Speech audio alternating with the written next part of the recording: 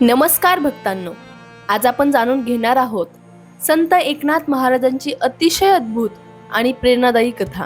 आणि त्याचबरोबर एकनाथ षष्ठी का साजरी केली जाते, पैठण नगरीमध्ये या दिवशी कशी भव्य यात्रा भरते, लोक या दिवशी काय काय करतात, संत एकनाथ महाराजांचे बालपण कसे होते, त्यांनी गुरूंची सेवा कशी केली, लोकांना भक्ती आणि नामस्मरणाचा मार्ग कसा दाखवला, तसेच त्यांच्या आयुष्यात घडलेले काही अद्भुत प्रसंग जे आपण या व्हिडिओमध्ये पाहणार आहोत. तर असेच नवीन नवीन व्हिडिओ पाहण्यासाठी परमात्मा कथासागर या चॅनेलला नक्कीच सबस्क्राईब करून ठेवा. जसं की गाढवाला पाणी पाजण्याचा प्रसंग, लोकांनी त्यांच्या अंगावरती थुंकले तरी त्यांनी दाखवलेली क्षमा आणि शेवटी त्यांनी घेतलेली जिवंत समाधी, हे सर्व आपण या कथेतून जाणून घेणार आहोत. संत एकनाथ महाराजांचा जन्म पैठण नगरीत एका धार्मिक कुटुंबात झाला होता.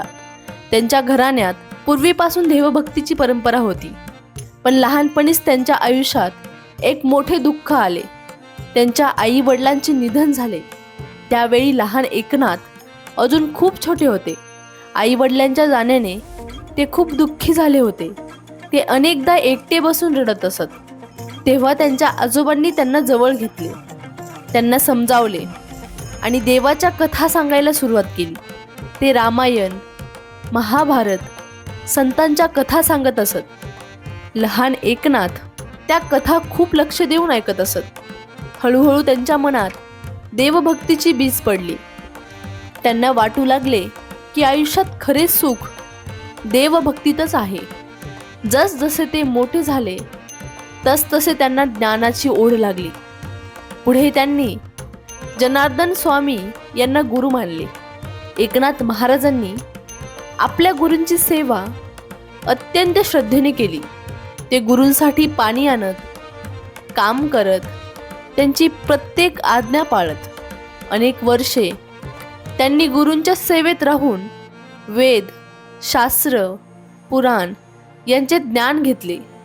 गुरूंनी त्यांना सांगितले की हे ज्ञान फक्त स्वतःसाठी ठेवू नकोस, लोकांना योग्य मार्ग दाखव. तेव्हापासून एकनाथ महाराजांनी लोकांमध्ये कीर्तन आणि भजन सुरू केले. ते साध्या भाषेत लोकांना धर्म समजावून सांगत. त्यामुळे सामान्य लोकांनाही त्यांचे बोलणे सहज समजत असे.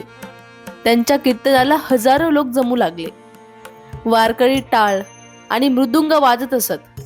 लोक विठ्ठल नामाचा गजर करत असत.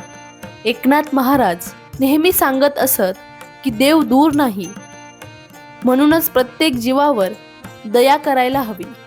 त्यांच्या आयुष्यातील एक प्रसिद्ध प्रसंग म्हणजे गाढवाला पाणी पाजण्याचा. एकदा खूप लोक कावडीत पवित्र गंगाजल घेऊन जात होते. त्या कावडीतील पाणी मंदिरात अभिषेकासाठी नेले जात होते. एकनाथ महाराजही त्या लोकांसोबत कावड घेऊन चालत होते. खूप ऊन पडले होते. रस्त्यावर धूळ उडत होती. तेव्हा रस्त्याच्या कडेला एक गाढव तहानेने आणि थकव्याने खाली पडलेले दिसले. ते खूप त्रासात होते. बाकीचे लोक पुढे चालत राहिले, पण एकनाथ महाराज थांबले. त्यांनी त्या गाढवाकडे प्रेमाने पाहिले. मग आपल्या कावडीतील पाणी त्यांनी त्या गाढवाला पाजले. हे पाहून बाकीचे लोक रागावले. ते म्हणाले, हे पाणी देवासाठी आहे, तू ते गाढवाला का दिलेस? पण एकनाथ महाराज शांतपणे म्हणाले, देव मंदिरातच नाही, देव प्रत्येक जीवामध्ये आहे. या गाढवाच्या रूपातच मला देव दिसला. हे ऐकून लोक शांत झाले आणि त्यांना आपल्या चुकीची जाणीव झाली. आणखी एक प्रसंग खूप प्रसिद्ध आहे. काही लोकांना एकनाथ महाराजांची कीर्ती सहन होत नव्हती.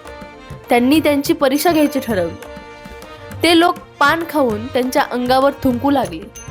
लाल रंगाची थुंकी त्यांच्या अंगावरती पडत होती. पण एकनाथ महाराज रागावले नाहीत. ते शांतपणे नदीकडे गेले, स्नान केले आणि परत आले. पुन्हा त्या लोकांनी त्यांच्या अंगावरती थुंकले. ते पुन्हा नदीत गेले आणि स्नान करून परत आले. असे अनेक वेळा झाले, पण त्यांनी राग केला नाही. शेवटी ते लोक थकले आणि लाजले. त्यांनी एकनाथ महाराजांच्या पाया पडून माफी मागितली.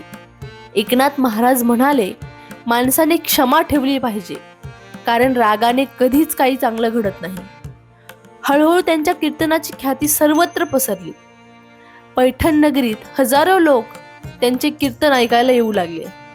आजही एकनाथ षष्टीच्या दिवशी पैठणमध्ये मोठी यात्रा भरते. मंदिराच्या समोर मोठी जत्रा असते. एका लाईनमध्ये फुलांचे दुकाने, माळा, प्रसाद, मिठाई, खेळणी असे अनेक दुकाने लागलेली असतात. रातपाळणे आणि झुले असतात. हजारो भक्त दर्शनासाठी लाईन लावतात. एकनाथ महाराजांची समाधीचे दर्शन घेतात. काही लोक गरिबांना अन्नदान करतात. मंदिरात महाप्रसाद तयार केला जातो आणि भक्तांना प्रेमाने वाटला जातो. वारकरी दिंडी काढतात. टाळ मृदुंगाच्या गजरात भजन करतात आणि विठ्ठल विठ्ठलचा गजर करतात. या दिवशी अनेक लोक उपवास करतात, अभिषेक करतात, आरती करतात आणि दिवसभर नामस्मरण करतात. असे म्हणतात की या दिवशी संत एकनाथ महाराजांनी नामस्मरण करत करत जिवंत समाधी घेतली होती. त्यांनी आपले संपूर्ण आयुष्य लोकांना प्रेम, दया, क्षमा आणि भक्ती शिकवण्यात घालवले. म्हणूनच आजही लाखो भक्त त्यांच्या समाधीला येतात, त्यांच्या कथा ऐकतात आणि त्यांच्या शिकवणीप्रमाणे जीवन जगण्याचा प्रयत्न करतात. संत एकनाथ महाराजांची कथा आपल्याला शिकवते की माणसाने नेहमी नम्र राहावे, दुसऱ्यांवर दया करावी, कोणावरही राग धरू नये आणि देवाचे नाम सतत घ्यावे. कारण जिथे नाम आहे तिथेच खरा आनंद आणि शांती आहे. तरी कथा तुम्हाला आवडली असेल तर कमेंटमध्ये नक्कीच सांगा आणि असेच नवीन नवीन व्हिडिओ पाहण्यासाठी परमात्मा कथासागर या चॅनलला नक्कीच सबस्क्राईब करून ठेवा. धन्यवाद.